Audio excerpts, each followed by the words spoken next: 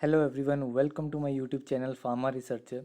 तो आज की वीडियो में मैं आपके साथ ESIC दिल्ली एलोपैथिक जो कि 2016 में एग्ज़ाम कंडक्ट हुआ था उसके क्वेश्चंस लेके आया हूँ। इसमें मैं इनिशियल कुछ क्वेश्चंस डिस्कस करूँगा एंड रिमेनिंग क्वेश्चन इस क्वेश्चन पेपर के आने वाली वीडियोस में डिस्कस किए जाएंगे। तो चलिए स्टार्ट करते हैं पहले क्वेश्चन से। तो पहला क्वेश्चन है, crystal urea is the side effect associated with. तो क्रिस्टल यूरिया साइड इफ़ेक्ट किसके साथ एसोसिएटेड है? तो अगर हम फर्स्ट ऑप्शन देखें दैट इज़ कीनोलॉन्स। तो कीनोलॉन्स हमारे ब्रॉड स्पेक्ट्रम एंटीबायोटिक्स होते हैं और इनमें जो मेन साइड इफ़ेक्ट्स देखने को मिलते हैं उनमें GI रिएक्शंस आ जाते हैं, जैसे कि डिस्पेप्सिया हो गया, नोजिया, वॉमिटिंग हो गया। एंड ऑल्सो इनके यूज़ के साथ हमें CNS रिएक्शंस भी देखने को मिलते हैं, जैसे कि डिजीनेस, इंसोम्निया एंड हेडेक। इस टाइप के रिएक्शंस हमें साइड इफ़ेक्ट्स कीनोलॉन्स के यूज़ पे देखने को मिलते हैं।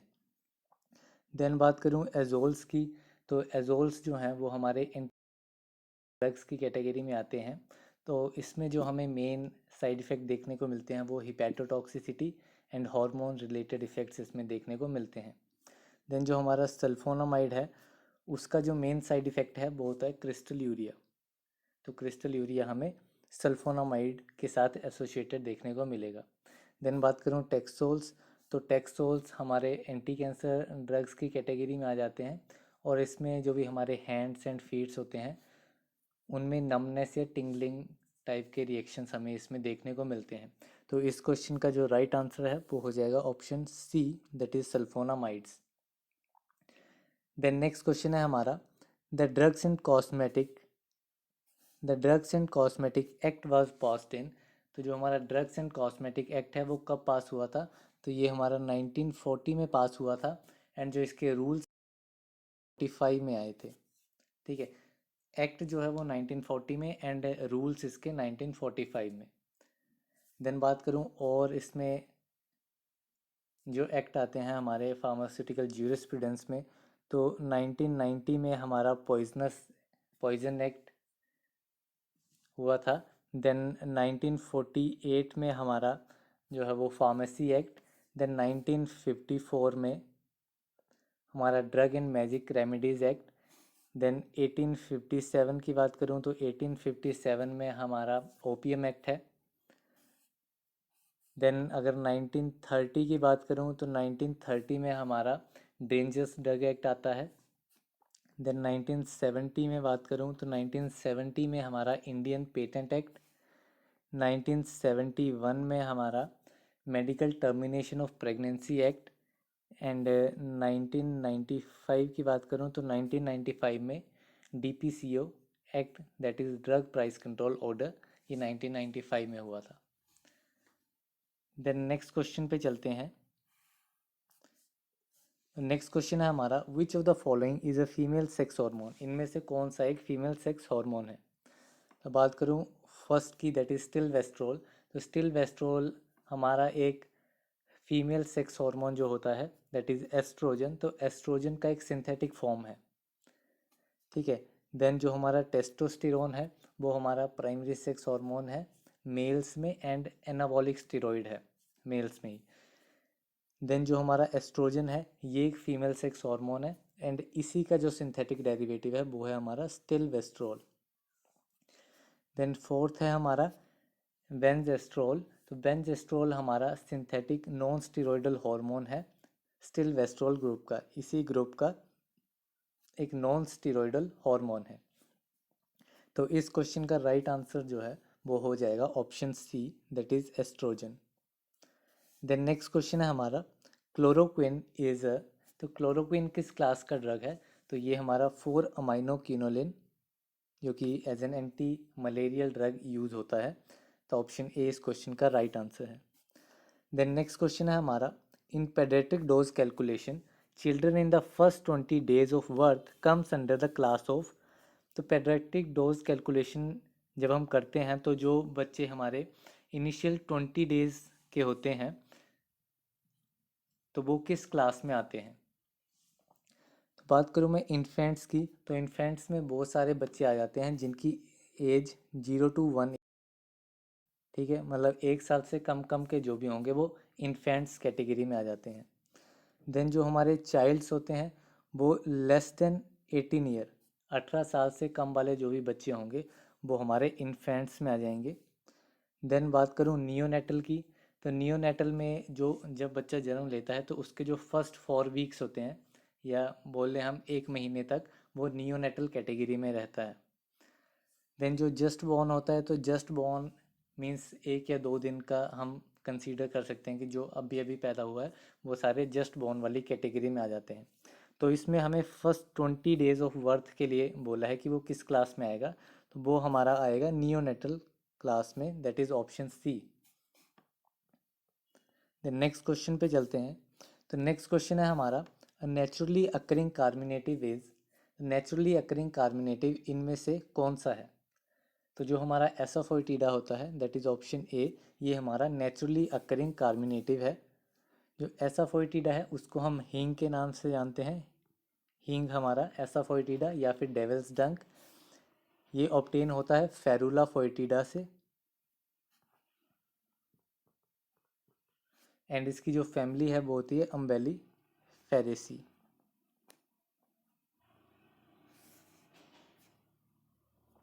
देन नेक्स्ट क्वेश्चन पे चलते हैं। तो नेक्स्ट क्वेश्चन है हमारा the meaning of the Latin term R x.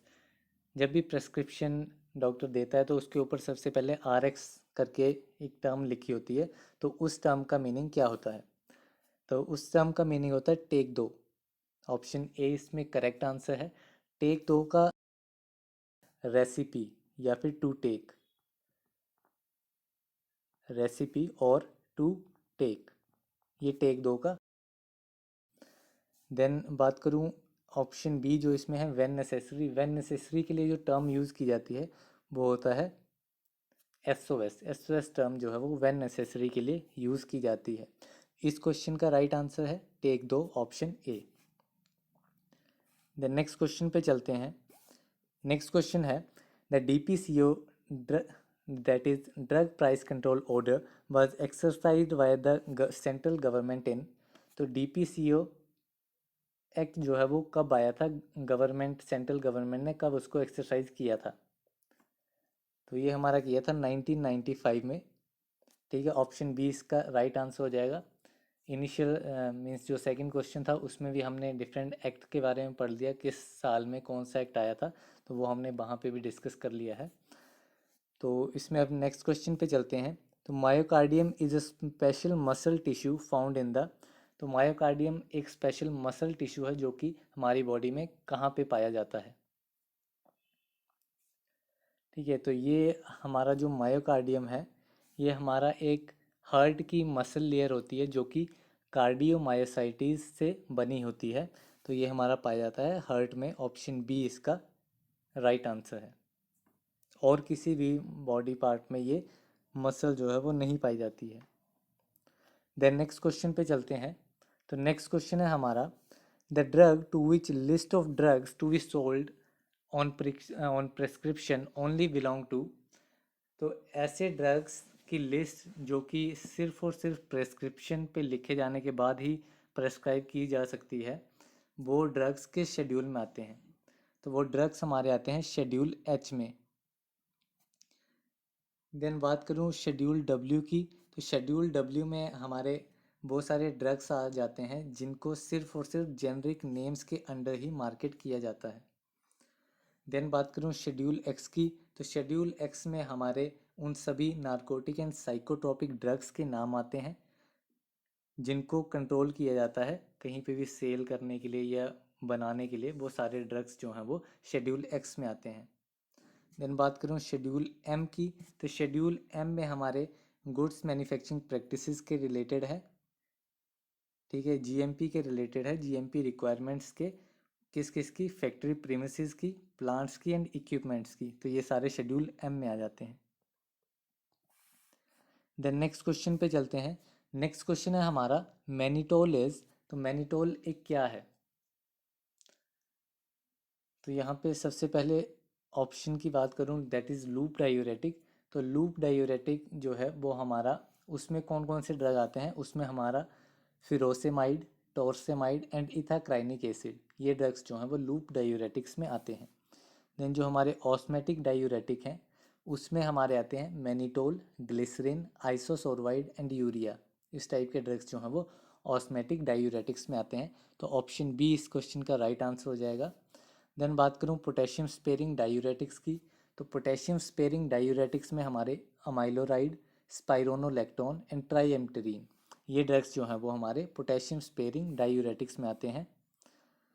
Then बात करूँ कार्बोनिक एनहाइड्रेज डायूरेटिक में, तो इसमें हमारे जो भी एसिटाजोलामाइड है या मिथाजोलामाइड है, तो ये ड्रग्स जो हैं वो हमारे कार्बोनिक एनहाइड्रेज डायूरेटिक कैटेगरी में आते हैं। देन नेक्स्ट क्वेश्चन पे चलते हैं। तो नेक्स्ट क्वेश्चन है the formulations used for dental hygiene are known as, तो ऐसी फॉर्मुलेशन जो कि डेंटल हाइजीन्स के केस में यूज़ की जाती हैं उनको क्या कहा जाता है। तो इसमें फर्स्ट ऑप्शन है दैट इज़ इंसफलेशन। तो इंसफलेशन एक टाइप की मीन्स मेडिकली डस्टिंग पाउडर जो होते हैं उनको कंसीडर किया जाता है इंसफलेशन, जो कि हमारी बॉडी कैविटीज़ के थ्रू इंट्रोड्यूस किए जाते हैं, जैसे कि ईयर के थ्रू कर दिया, नोज़, थ्रोट या वेजाइना के through, with the help of एक स्पेशल इंस्ट्रूमेंट के थ्रू जिसको इंसफलेटर कहते हैं, उसके थ्रू इनको इंट्रोड्यूस किया जाता है इंसफलेशंस को। देन बात करूँ स्नफ्स की, तो स्नफ्स जो हैं वो नोज़ के थ्रू इनहेल किए जाते हैं और ये जनरली कंसीडर किए जाते हैं हाइजेनिक प्रिपरेशन, तंबाकू की हाइजेनिक प्रिपरेशन, एरोमेटिक्स परफ्यूम्स या मेंथोल के साथ इनकी हाइजेनिक प्रिपरेशंस को स्नफ्स कंसीडर किया जाता है। देन हमारे आते हैं शैशेट, तो ये एक सॉलिड यूनिट डोजेज फॉर्म होती है मेडिकामेंट की, जिसमें ड्रग को एक टेस्टलेस शीट में एनक्लोज किया जाता है और वो शीट मेनली राइस फ्लोर या फिर वाटर के साथ, राइस फ्लोर एंड वाटर के साथ बनी होती है। एंड जो हमारे डेंटरी फ्राइज हैं, डेंटरी फ्राइज हमारी फॉर्मुलेशन है डेंटल हाइजीन्स को मेंटेन करने के लिए। तो इस क्वेश्चन का राइट आंसर जो है वो हो जाएगा option D, that is dentifrices are the formulation used for dental hygiene. The next question है हमारा erythroblastosis fetalis arises due to the incompatibility in the, तो एरिथ्रोब्लास्टोसिस फर्टाइलिस ये कंडीशन है जो कि किस की इनकम्पैटिबिलिटी की वजह से अराइज होती है। तो पहले इस डिजीज़ के बारे में बात करूं तो ये एक हमारा हेमोलाइटिक डिजीज़ होता है फीटस का एंड न्यूबॉर्न का, फीटस या फिर न्यूबॉर्न का एक हेमोलाइटिक डिजीज़ होता है। तो ये किस वजह से कोज होता है, तो ये जो भी हमारे नियोनेटल होते हैं उसमें जो भी रेड ब्लड सेल्स होते हैं वो डिस्ट्रक्ट हो जाते हैं इस कंडीशन में, जो कि डिस्ट्रक्ट होने की वजह क्या है इसकी कि जो हमारे मैटरनल मदर है वो मदर कुछ ऐसी एंटीबॉडीज़ फॉर्म करती हैं, that is IgG antibody produce करती हैं, और वो एंटीबॉडीज़ इनका जो रेड ब्लड सेल्स हैं उनको एज एन एंटीजन की तरह देखते हैं और उस एंटीजन को, उस आरबीसी को डिस्ट्रक्ट कर देते हैं, जिसकी वजह से कंडीशन अराइज होती है जो है एरिथ्रोब्लास्टोसिस फर्टाइलिस। तो ये कंडीशन रिलेटेड है ब्लड के साथ, तो ऑप्शन बी इसका राइट आंसर हो जाएगा। द नेक्स्ट क्वेश्चन पे चलते हैं। नेक्स्ट क्वेश्चन है हमारा a parental anticoagulant drug is, इनमें से पेरेंटल एंटीकोगुलेंट ड्रग कौन सा है। तो जो हमारा हेपेरिन होता है वो हमारा पेरेंटल एंटीकोगुलेंट ड्रग होता है। देन नेक्स्ट क्वेश्चन है हमारा the drug and magic remedies act was passed in, तो जो हमारा drug and magic remedies act है वो कब पास हुआ था। तो ये हमारा 1954 में पास हुआ था, ऑप्शन बी इस क्वेश्चन का राइट आंसर है। द नेक्स्ट क्वेश्चन पे चलते हैं। तो नेक्स्ट क्वेश्चन है हमारा a non drug part added to for dilution stability maintaining taste making taste masking etcetera is known as, तो एक ऐसा नॉन ड्रग पार्ट जिसके कोई एक्टिवली इम्पोर्टेंस नहीं है डिजीज़ को ट्रीट करने के लिए और वो हमारे फॉर्मुलेशन में ऐड किया जाता है, तो वो उस नॉन ड्रग पार्ट को क्या कहते हैं।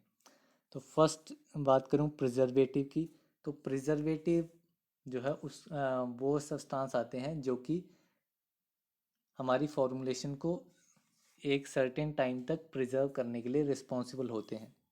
देन एक्टिव इंग्रेडिएंट वो होता है जिसकी वजह से एक्टिविटी आती है, कोई भी इफ़ेक्ट जो होगा वो उस एक्टिव इंग्रेडिएंट की वजह से होगा। जैसे हम पैरासीटामोल टैबलेट लेते हैं तो उसका टैबलेट का एक्चुअल वेट 500 mg नहीं होता, उसमें जो एक्टिव इंग्रेडिएंट है दैट इज़ पैरासीटामोल वो हमारा 500 mg होता है, उसकी वजह से इफ़ेक्ट आता है, तो वो हमारा हो गया एक्टिव इंग्रेडिएंट। देन बात करूँ एडिटिव की, तो एडिटिव कोई भी ऐसा सब्सटेंस जो कि एक्टिव इंग्रेडिएंट नहीं है, अदर देन एक्टिव इंग्रेडिएंट जो भी उसमें आता है वो हमारा एडिटिव होता है, जो कि बल्क बढ़ाने के लिए या डाइल्यूट करने के लिए, स्टेबिलिटी को मेंटेन करने के लिए या टेस्ट मास्किंग के लिए यूज़ किया जाता है। Then binding agent, binding agent वो सब्सटेंस आ जाते हैं जो कि टैबलेट को या जो भी हमारी फॉर्मुलेशन है उसको बाइंड करने के लिए, मेनली टैबलेट की बात करूँ तो टैबलेट को बाइंड करने के लिए जो हमारा बाइंडिंग एजेंट यूज़ होता है,